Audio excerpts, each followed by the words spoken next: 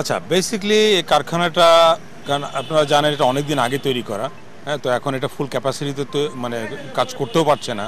আমাদের যেমন জনবলের অভাব, তেমনি আমাদের এখানে ইকুইপমেন্টেরও অভাব। তো ওইটা আসলে আমরা সরজমিনে দেখতে আসলাম, কারণ এটাকে আমাদেরকে একটু মডার্নাইজ করতে হবে। আমরা যদি আরও ভালোভাবে আমাদের এই রেলওয়েটাকে মানে সক্ষমতা যদি আমরা বাড়াতে চাই, তাহলে এটা আমাদের করতে হবে। এবং আরও একটা যেটা ব্যাপার হচ্ছে, সেটা হচ্ছে যে রেলওয়েটাকে আমাদেরকে আরও একটু সক্ষম করে নিয়ে আসতে হবে। কারণ আমাদের রেলওয়েটা এখন পর্যন্ত গুডস এবং মানুষ যেটা ক্যারি করে অ্যাবাউট 4% মতো, এটা আমাদের 20-25%-এ নিয়ে আসতে হবে। তার জন্য রেলওয়েটাকে আর একটু আপগ্রেড করতে হবে।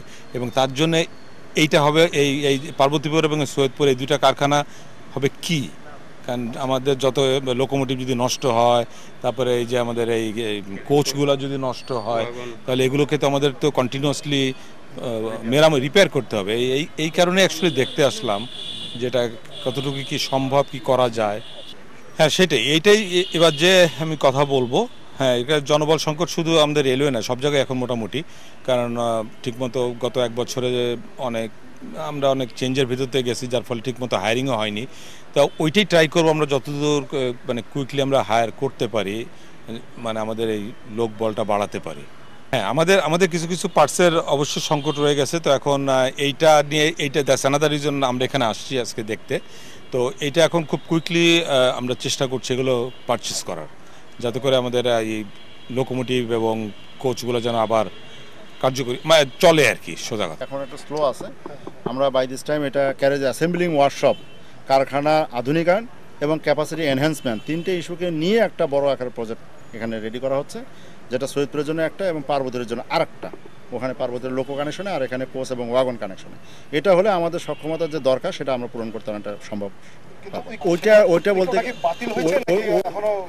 ওইটা বাতিল, ওটা যে আদলে আগাচ্ছিল সেটা বলতে গেলে এখন বাতিলের মতো। বা ওটা নিয়ে এটা পরিকল্পনা কমিশন পর্যন্ত এটা গিয়েছে। আমরা এখন নতুনভাবে পলিসি নতুনভাবে নেওয়া হয়েছে, সেটা হলো অ্যাসেম্বলিং ওয়ার্কশপ। অ্যাসেম্বলিং ওয়ার্কশপ, আধুনিকায়ন এবং হচ্ছে ক্যাপাসিটি এনহ্যান্সমেন্ট, এই তিনটা নিয়ে প্রকল্প রেডি করা হয়েছে। এটা প্ল্যানিং কমিশনে গিয়েছে, এটা একনিকে উঠলে পরে যদি অনুমোদন হয় তখন আমাদের সামনে আসবে। নিয়োগ তো আমাদের প্রক্রিয়া আছে। আসলে আমরা আমাদের জানেন যে এখানে সৈয়দপুরে প্রায় আমাদের 75% জনবল ঘাটতি আছে। তো আমাদের লোকবল নিয়োগের প্রক্রিয়া আছে। তো আমরা স্যার আগে বলছেন যে আসলে বিগত সময়ে আমাদের নিয়োগ সংক্রান্ত কিছু জটিলতা ছিল, সেগুলো আমাদেরকে সংশোধন করতেছে। যেমন কোটা কি থাকবে কি থাকবে না, এই সমস্ত কিছু বিষয় ছিল, সেগুলো এখন ক্লিয়ার হয়ে গেছে। এখন আমরা কিন্তু ইতিমধ্যে কিছু নিয়োগ প্রক্রিয়া আমরা সম্পন্ন করছি এবং সামনে আরও কিছু নিয়োগ পরীক্ষা হবে এবং নতুন আবেদন গ্রহণ করা হবে এখন নতুন কোটা অনুযায়ী আর কি। হ্যাঁ, এটা আমার সাথে ওনারা কথা বলেন। তো এটা আমি মন্ত্রণালয় আমি তুলবো কথাগুলা। হ্যাঁ, মানে আমি তো জাস্ট শুনলাম। তো আমি ওখানে যে কথা বলবো, আমাদের মিনিস্ট্রির সাথে কথা বলবো, তারপরে দেখি কিভাবে এটা রিজলভ করা যায়। এটা একটু বলি আমি, এটা হচ্ছে আসলে আমাদের যে নতুন যে নিয়োগ বিধিমালা স্যার, যেটা যে এখানে আলোচনা হয়েছে, আসলে নতুন নিয়োগ বিধিমালায় যে খালাসির থেকে পরবর্তী ধাপে প্রমোশন পাইতে 8 বছর অপেক্ষা করতে হবে। এই নিয়োগ বিধিমালায় আগে ছিল এটা 4 বছর। তো এটাকে 8 বছর করাতে আমাদের এদেরকে প্রমোশন দেওয়া যেতেছে না। এখানে এই একটু আইনগত সমস্যা আছে। তো এই নিয়োগ বিধিমালাগুলো আমরা সংশোধনের জন্য আমরা প্রক্রিয়া নিচ্ছি, যাতে আরও সময় কমায় আনা যায়, যাতে তাদেরকে আগের মতো 4 বছরের মধ্যেই পরবর্তী ধাপে যাতে তারা প্রমোশন পায় এবং নিচের পদগুলো খালি হলে আমরা দ্রুত আবার নিয়োগ করতে পারবো। এটাকে আরও মানে এটার সক্ষমতা বৃদ্ধি, যাতে আরও বেশি কোচ মেরামত করা যায়, এজন্য আমাদের একটা ডিপিপি প্রণয়নের কাজ চলমান আছে। এই মানে যে জায়গা আছে এর মধ্যেই নতুন কোনো জায়গা ব্যবহার না করে। আর যেটা বলছেন সেটা একটা রাজবাড়িতে একটা একদম নতুনভাবে একটা ওয়ার্কশপ তৈরি করার জন্য একটা আমাদের প্রজেক্ট নেওয়া হয়েছিল, কিন্তু সেটা ডিজাইন পর্যন্ত হয়ে আছে। এটা অর্থায়নের জন্য আমরা অপেক্ষা করতেছি।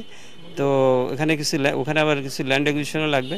তো এই মুহূর্তে আমরা আসলে ওইটাকে প্রাধান্য আমরা এটাকেই আমরা চাইতেছি যে এটা সক্ষমতা বৃদ্ধি। নতুন আর এই মুহূর্তে আসলে প্রজেক্ট নিয়ে শেষ করতে অনেক সময় লাগবে, সেজন্য আমরা এটাকে আগে সক্ষমতা বৃদ্ধি পরিকল্পনা আছে, কিন্তু সেটা দীর্ঘমেয়াদী, আরও পরে হবে।